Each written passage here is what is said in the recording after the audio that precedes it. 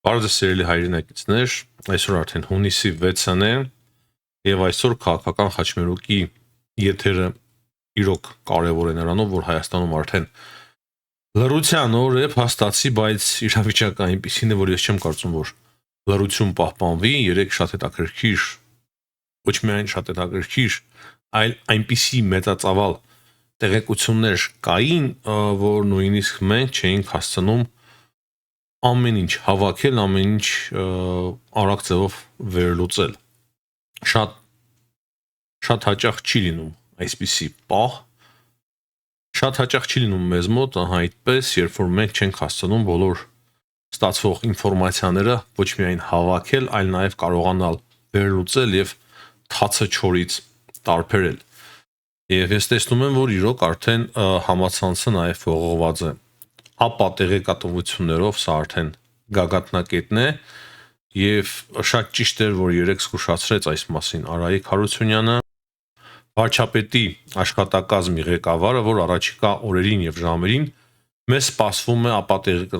ապա տեղեկատվության մեծ շատ հոսք։ Եվ դրա համար սիրելի հայրենակիցներ, ամեն ինչ է, որ մենք հիմա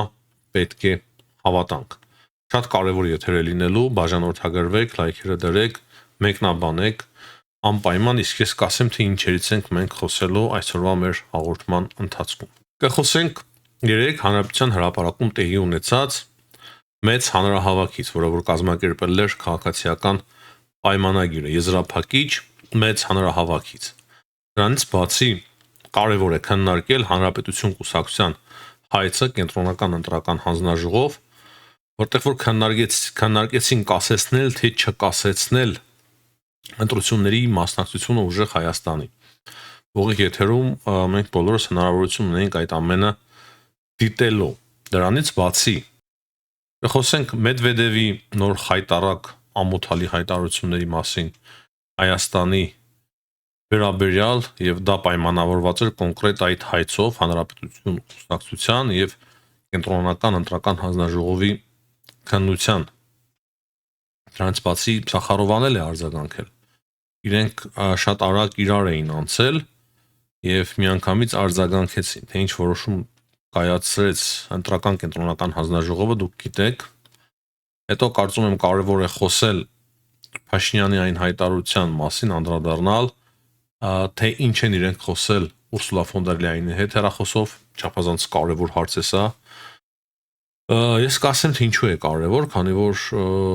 մենք պետք է արդեն համեմատենք ՀԱՏՄ-ն եւ Եվրամիությունը, ինչ հնարավորություններ է տալիս այսօր Եվրամիությունը եւ ՀԱՏՄ-ն, որն է ավելի շահեկան դառնում Հայաստանի համար։ Պետք է խոսել, կարծում եմ, նաեւ նոր հայտարարությունների մասին, որոնք որ մենք ստանում ենք եվրոպական տարբեր բարձրաստիճան պաշտոնյաների կողմից, Ամերիկայի Միացյալ Նահանգների պետքարտուղարության արձագանքից, Դիմիտրի Պեսկովի հայտարարությունից, Գալուզինի հայտարարությունից եւ ահա այդպես շարունակ։ Վերջում իհարկե խոսենք նաեւ ռուս-ուկրաինական պատերազմից, ինչպես նաեւ Իրանից։ Մենք լայքերը դնում ենք եւ մենք էլ լսում ենք։ Երեք ցերեկը ես տեղեկացա այն մասին, որ հանրապետություն կուսակցությունը այց է ներկայացնում կենտրոնական ընտրական հանձնաժողով լավագույն իրավաբաններով, որպիսի հիմնավորեն, թե ինչու ուժեղ Հայաստանի մասնակցությունը ընտրություններին պետք է կասեցվի։ Այդ 100-ը հատած արդեն հակակոռուպցիոն կոմիտեի բացահայտումները, որոնք որ massայական, մասշտաբային մեծ բնույթ են կրում, դա հիմք հանդիսացավ, որպիսի այդպիսի հայցով հանրապետություն կուսակցությունը սահմանադրության համաձայն դիմեր կենտրոնական ընտրական հանձնաժողովին։ Եվ մինչև դա, երբ որ ես տեսա հանրապետության հրապարակում բազմամարդ հանրահավաքը քաղաքացիական պայմանագրի, ես պատկերացրի եւ մտածեցի, որ շատ տրամաբանական է այն ինչ հիմա տեղի է ունենում։ Փաշինյանը եւ իր թիմը ապացուցում է, որ կարող է լցնել հանրապետության հրապարակը մարդկանցով, մարդիկ կրկին աջակցում են քաղաքացիական պայմանագրին եւ դա երևաց նաեւ բազմաթիվ կադրերի չնայած ասում են 32,000 մարդ կար, կազմակերպությունը անկախ այդ որ կա Հայաստանում հաշվել էր, այդ նույն կազմակերպությունը, եթե չեմ սխալվում, ուժեղ Հայաստանից հաշվել էր 17,000 հոգի հանրապետության հրապարակում, այսինքն ըստ այդ կազմակերպության 2 անգամ ավել է հավաքել քաղաքացիական պայմանագիրը, մարդկանց քանակ ավելի շատ էր, բայց ես կարծում եմ, որ այդտեղ պետք է որ ավելի շատ մարդ լիներ, դատելով նկարներից, գրեթե լեփլեցուներ հանրապետության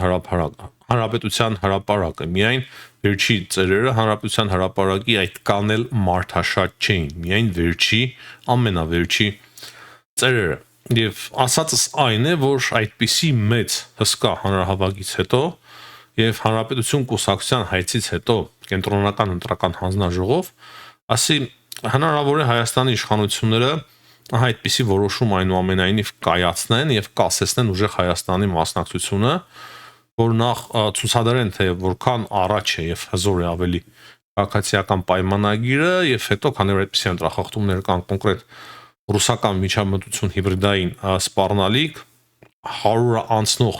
կաշառակերության փաստեր զայնագրություններով կարող է այդ որոշմանը գնա քաղաքացիական պայմանագիրը Նիկոլ Փաշինյանը, բայց մեկ նյուանս կա սիրելի հայրենակիցներ, ինչից մենք 100%-ով կարելի ասել, ինչին մենք 100%-ով վստահ չենք, ես չեմ կարող խոսել այդ մասին, եւ այստեղ ես չեմ կարող 100%-ով ասել, որ Հայաստանի իշխանությունների որոշման պատճառով է քաղաքական որոշման պատճառով է կենտրոնական ընտրական հանձնաժողովը կայացրել բացասական որոշում։ Ես չեմ կարող դա պնդել, ես չեմ կարող համոզված լինել, որ Փաշինյանի հրահանգով է, որ չի կասեցվել ուժեղ Հայաստանի մասնակցությունը ընտրություններին, ճիշտ հակառակը կուզեի հավատալ, բայց 100% ես ոչինչ չեմ կարող բացառել, բայց իմ պատկերացմամբ ճիշտ հակառակը պետք է եղած լինի եւ կենտրոնական ընտրական հանձնաժողովը ուղղակի իր որոշումն է կայացրել եւ նաեւ ըստ ամենայն հավանականության այդ որոշումը adekvat եւ նորմալ չի, քանի որ մենք չտեսանք, որ ուժեղ Հայաստանի մասնակցությունը կասեցվեր ընտրություններին, իսկ մենք ունենք կրկնեմ 100 արդեն հատած բազմաթիվ զայնագրություններ, որոնք որ կոնկրետ հիմնավորում են, որ այդ կաշառակերությունը, կաշառք բաժանելը, նախընտրական կաշառքը կարել է շատ մեծ մասշտաբային բնույթ, բայց հետաքրքիր է, որ իրար անցան միանգամից Ռուսաստանում եւ Դիմիտրի Մեդվեդևը, այդ ալկոգոլիկը, որը որ փորձում է իր վրա վերցնել Շերենովսկիի պարտականությունները, բայց շատ ավելի գարեհիկ ձևերով է արտահայտվում, ավելի անհաջող շատ կներեք իմ արտահայտությունս համար Փաշինյանին Քաքլան է անվանել կամ ինչ-որ նման բան, ասում է, որ նա վախից փորձում է վերացնել իր բոլոր ընտրական մրցակիցներին, նրա խոսքերով նման ընտրությունները իհարկե օրինական չեն համարվի, նույնիսկ Վաշինգտոնն ու Բրյուսելը չեն ների նման վարքագիծ։ Հայտարարել է Դիմիտրի Մեդվեդևը, նախ այս լաբարոշ ալկոգոլիկը լրիվ բոլոր չափերը անցավ, իրականում ինքն էր այդ Քաքլանը, որ վախից մտածում էր, որ ահա կկասեցնեն ուժեղ Հայաստանի մասնակցությունը ընտրություններին եւ իրենց վերջին հույսը հոտս կցանտի եւ իրենց վերջին հույսը կտապալվի։ Եվ դա մենք հասկանում ենք նաեւ փաստորեն Զախարովայի հայտարարությունից, որը որ նույնպես իրար անցավ ուշ գիշերով եւ հայտարարեց, որ իրենք հույսով են, որ Երևանը ոչ թե ուղղակի խոսքերով, այլ գործերով կապացուցի, որ դեմոկրատական երկիր է եւ հավատարիմ է ժողովրդավարությանը, ու նույն ժամանակ Զախարովան ասում է, որ իրենք տեսնում են, որ Երևանը մտադիր է հանցագործություն իրականացնել ժողովրդավարության դեմ, պատկերացնում եք ինչ է ասում Զախարովան, որ Երևանը մտադիր է ժողովրդավարության դեմ ինչ-որ հանցանքների գնալ եւ այնպիսի որոշում կայացնել, որով որ դուրս կթողնի ընդդիմադիր կուսակցություններին։ Ժողովրդավարությունից է խոսում բռնապետության արտաքին գործերի նախարարության ներկայացուցիչը խոսնակ բռնապետական երկրի, որը որ ճանաչվել է ամբողջ աշխարհի կողմից արդեն որպես բռնապետական։ Ահա այդ կինը մեզ ժողովրդավարության դասեր է տալիս։ Եվ ոչ միայն ժողովրդավարության, դրանից առաջ ցերեկը Մարիա Զախարովան հայտարարել էր, որ Հայաստանին կարելի է համեմատել անբարոյական կնոջ հետ, որ մեկ ԵԱՏՄ-ում եք, մեկ Եվրամիության եք ցկտում եւ ասում եք դուք այդպիսի աղջկա հետ ընկերություն կանեք։ Զախարովան երևի պետք է տեղեկացնել, որ Հայաստանում եւ ընդհանրապես հայ ժողովուրդը հիմնականում ռուս կանանց հայտ աչքով է ռուս կանանց մասին այդ պատկերացումը ունի։ Ու իմիջիայլոց բացառություն չէ նաև ինքը Զախարովան, որի մասին որ ես գրեթե համոզված եմ, որ մեր ժողովուրդը նույն կարծիքին է։ Եվ քերել սեփական մեղքերը եւ վերագրել ամբողջ մի պետության դա անբարոյականության արդեն գագաթնակետն է։ Դա փաստացի նույնն է, որ գողը բղավում է բեռնեք գողին ու անբարոյականը խոսում է բարոյականությունից, խոսում է ժողովրդավարությունից։ Դիմիտրի Պեսկովի հայտարարության համաձայն Հայաստանի իշխանությունները փաստացի փորձում են երկիրը դարձնել արհեստական խաչմերուկ, նա նկատի ունի այն, որ Հայաստանի ժողովրդին դիտմամբ միտումնավոր ընտրության առաջ են կայացնում ԵԱՏՄ թե Եվրամիություն։ Սա է նկատի ունի Դիմիտրի Պեսկովը, ոչ թե խաղաղության խաչմերուկը։ Դրանից բացի նա ասում է, որ Հայաստանի իշխանությունները վաղուց չեն մասնակցում հապկի գործողություններին, սա էլ գաղտնիք չէ, բայց յուրաքանչյուր մի հայտարարություն կաթիլ փորձում են այդ կաթիլներով ազդել հայ ընտրողների վրա եւ Ռուսաստանից մարդկանց ուղղորդեն, որպեսզի նրանք կան եւ մասնակցեն ընտրություններին։ Իրոք լրատվամիջոցներում շատ են այն տեղեկությունները, որ Ռուսաստանից գալիս են մարդիկ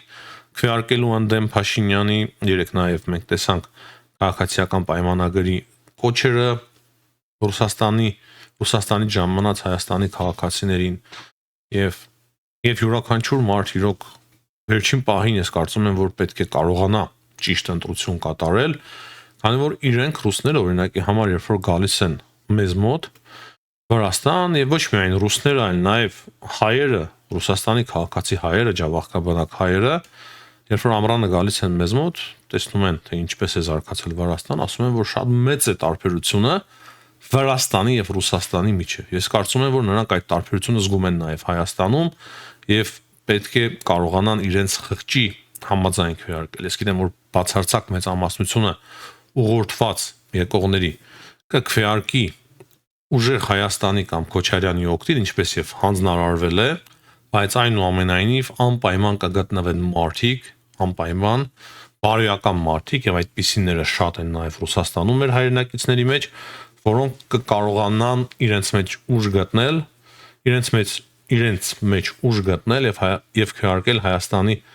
անկախության եւ ինքնիշխանության օգտին։ Կարծում եմ կարևոր է նաեւ անդրադառնալ Գալուզինի հայտարարությանը ընդհանրապես երկու խոսքով։ Չեմ ուզում ժամանակ հատկացնել այս հայտարարություններին շատ, ուրեմն ինչ է ասում ինքը հույսով է, որ Հայաստանը եւ Ադրբեջանը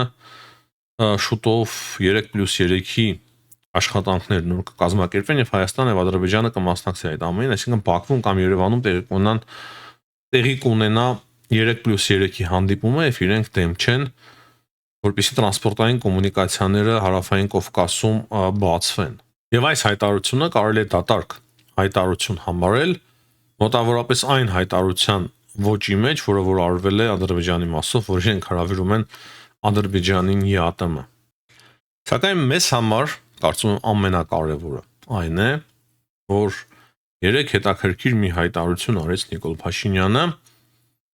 ԵԱՏՄ-ի եւ Եվրամիության մասով։ Հաստացի ինչ է պարզվում, ես դա չէի տեսել հաղորդագրության մեջ, կարող է բաց էի թողել, բայց ամենայն հավանականությամբ դա չկար, բայց սա ամենակարևորն է,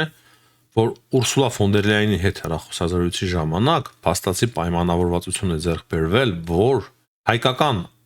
ապրանքները կարտահանվեն Եվրամիություն առանց մաքսատուրքերի, գյուղատնտեսական մթերքների մասին է խոսք։ Ու դուք պատկերացրեք, առանց մաքսատուրքերի ներմուծման սա նշանակում է այնպիսի պայմաններ, որոնք որ ԵԱՏՄ-ն է տալիս Հայաստանին։ Փաստացի ինչ ենք մենք ստանում։ Հայաստանը առանց Եվրամիության անդամ լինելու հիմա շատ արագ, հենց հիմա ստանում է հնարավորություն առանց մաքսատուրքերի ներմուծել իր գյուղմթերքը դեպի Եվրամիություն։ Սա ուղղակի սենսացիա է։ անհավատալի մի իրականություն, որի մասին կարելի էր միայն ու միայն շատ երկար երազել, բայց այսպիսի լուրջ հնարավորություն է փաստացի տալիս Եվրամիությունը հիմա Հայաստանին։ Ես անկեղծ ասած դա չէի սպասում։ Գիտեի, որ շատ են օգնելու, հնարավոր է մեծ գումարներ հատկացնեն, սուբսիդավորեն, այսինքն Եվրամիությունը սուբսիդավորման միջոցով օգնելու միջոցով Հայաստանի իշխանություններին մաքսատուրքերի հարցը այդպես լուծեր, այդ ժամանակավոր ավելի բնույթ էր կրում, բայց որ այսպիսի որոշում կայացվեր, որ կոնկրետ ներմուծման մաքսատուրքերը կհանվեն գյուղմեթերքի համար, սա իրոք ես կարծում եմ, որ սենսացիա է եւ շատ կարեւոր ուրախալի նորություն Հայաստանի համար, որը որ արդեն կարող է լուրջ մտածելու հիմքեր տա մեզ դուրս գալու համար ԵԱՏՄ-ից։ Եվ Փաշինյանը շատ կարևոր է, որ այդտեղ ասեց, նաև այն, որ ԵԱՏՄ-ում լինելը միայն մեզ է ձեռնտու, եւ մեր տնտեսությունը պետք է կախված լինի 10 հոգուց, այսինքն 10 երկրից եւ շատ երկրներից պետք է կախված լինի Հայաստանի տնտեսությունը եւ ոչ թե միայն մեկ երկրից։ Մենք գիտենք, թե նաև ինչ ահռելի մաքսատուրք է, ինչ ահռելի մեծ գումար է գնում Հայաստանից դեպի ԵԱՏՄ, որպես անդամ երկիր, ինչ մեծ վճարումներ ունի Հայաստանը ԵԱՏՄ-ում, եւ եթե հիմա արդեն ամեն ճիշտ տարվի, ես շատ հույսով եմ, որ ամիսներ անց կամ 1 տարի ու կես անց մենք կարողանանք բարձրացնել ԵԱՏՄ-ից էլ դուրս գալու հարցը եւ Հայաստանը միայն դրանից կշահի։ Երեք կարևոր հայտարարությամբ է հանդես եկել նաև Եվրամիության արտաքին հարցերով բարձր ներկայացուցիչ Անիտա Խիպերը։ Նա ասում է, որ Եվրամիությունը ամեն հարցով աջակցում է Հայաստանին, ամեն հարցով, որը որ կարևոր է Հայաստանի ժողովրդի համար։ Նրա խոսքերով Հայաստանը անկախ սուվերեն եւ ժողովրդավարական երկիր է, որը որ իրավունք ունի ինքնուրույն որոշելու իր ճանապարհը։ Եվ նա նաև ստակ փաստում է այն, արձանագրում է Անիտա Խիպերը, այն, որ Ռուսաստանը հստակ միջամտում է Հայաստանի ներքին գործերին, փորձում է ճնշում գործադրել, որպեսզի հայ ընտրողները այլ ընտրություն, որպեսզի ճնշի հայկական ժողովրդավարության վրա, հայ ժողովրդի վրա։ Ու սա տեղի է ունենում ընտրություններից առաջ։ Փաստացի նույնն է տեսնում նաև Ամերիկայի Միացյալ Նահանգների պետքարտուղարությունը, մենք տեսնում ենք պետդեպարտամենտի պետքարտուղարության արձագանքը ազատության հարցերին եւ պետքարտուղարությունը ասում է, որ Հայաստանի քաղաքական ապագան պետք է որոշի միայն Հայաստանի քաղաքացին, միայն Հայաստանի քաղաքացիները պետք է որոշեն Հայաստանի քաղաքական ապագան եւ նրանք տեղյակ են, որ քաղաքական գործընթացները Հայաստանի քաղաքական գործընթացների վրա արտաքին միջամտություն կա եւ պետքարտուղարությունը տեսնում է այդ բոլոր հաղորդագրությունները, որոնք որ հայտնվում են լրատվամիջոցներում։ Ու պետքարտուղարությունը հստակ ու շատ հստակ կրկին ասում է, որ Հայաստանի ժողովուրդը իրավունք ունի ընտրել իր ղեկավարությունը ու կառուցելու իր ապագան։ Մենք հիշում ենք նաև 2 օր առաջ, ինչպես Ամերիկայի Միացյալ Նահանգների պետքարտուղար Մարկո Ռուբիոն Սենատի առջև իր հաշվետվության ժամանակ հարցպատասխանին, որ կանչել էին հրավիրել էին Մարկո Ռուբիոին, հարցպատասխանի ժամանակ խոսեց այն մասին, թե ինչպես Ռուսաստանի Դաշնությունը միջամտում է Հայաստանի ներքին գործերին եւ հավանաբար նպատակ ունի փոխելու Հայաստանում իշխանությունը, այսինքն ձգտում են նրան, որ Հայաստանում այլ ուժեր անցնեն, այսինքն այսօրվա իշխանությունները Ռուսաստանի սրտովը չեն։ Դա խոստովանեց Ամերիկայի Միացյալ Նահանգների պետքարտուղարը։ Ես հնարավոր է բառացիորեն չեմ մեջբերում նրա հայտարարությունը, բայց իմաստը դա էր, որ իրենք տեսնում են, որ ամենայն հավանականությամբ Ռուսաստանը չի ցանկանում այսօրվա իշխանություններին տեսնել հաղթողի դերում այս ընտրություններին։ Եվ այն ինչ հիմա ես ասում եմ, բնականաբար սիրելի հայրենակիցներ, գաղտնիք չէ, մենք սրա մասին խոսում ենք կողմիցներով։ Ինչու եմ ես դա ասում, որովհետև կարևոր է, որ Ամերիկայի Միացյալ Նահանգները Թրամփի թիմը կոնկրետ խոստովանում է, որ նման բան կա։ Իսկ եթե նրանք խոստովանում են, որ նման բան կա, եւ այնուամենայնիվ կարողանում են իրենց շահերի վրա հիմնված քաղաքականություն վարել, ստորագրելով Թրիփը այդ հայտարարությունից հետո եւ այդ ամենը տեսնելով, երբ Մարկո Ռուբիոն այցելում է Հայաստան եւ համապարփակ գործընկերության փաստաթուղթ է ստորագրում Հայաստանի հետ, երբ Եվրամիությունը տեսնում է եւ իրերը կոչում է իր անուններով եւ այդ ֆոնին այդպիսի կարևոր օգնության մասին է որոշում կայացնում 50 միլիոն եվրո աշխատանքային խումբ, որը որ շատ արագ կլուծի բեռնափոխադրումների հարցը եւ հիմա էլ լսում ենք, որ առանց փաստացի մաքսատուրքերի հայկական գյուղատնտեսական նշանակության ապրանքները կարող է գնան Եվրոպա։ Սա չափից դուրս կարևոր հաղթանակ է։ Եվ ես տեսնում եմ այս ֆոնին նաև այն, որ Հայաստանում այդ ձերբակալությունները, որոնք որ հիմա տեղի են արդեն ունենում, Հայաստանը կարողանում է իր մեջքը ուղղել առանց վախենալու, սկսում է պատասխանատվության ենթարկել նրանց, ում որ վաղուց պետք է պատասխանատվության ենթարկեին։ Եվ ես գրեթե համոզված եմ,